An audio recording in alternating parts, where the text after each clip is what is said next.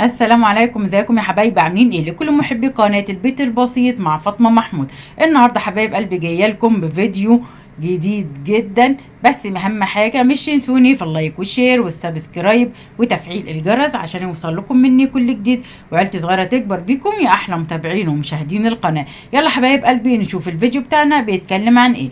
الفيديو بتاعنا بيتكلم عن فوائد القرنفل للجسم.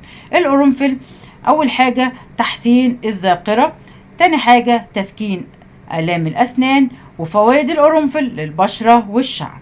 يلا حبايب قلبي علشان نعرف تفاصيل أكتر، يلا بينا نخش الفيديو. بس أهم حاجة مش تنسوني في اللايك والشير والسبسكرايب وتفعيل الجرس علشان يوصل لكم مني كل جديد، وعيلتي صغيرة تكبر بيكم يا أحلى متابعين ومشاهدين القناة. لغاية ما أرجع لكم بفيديو آخر أسيبكم في رعاية الله وأمنه، والسلام عليكم ورحمة الله وبركاته. لايك وشير وسبسكرايب لأحلى فوائد القرنفل للبشرة والشعر وكمان صحة الجسم.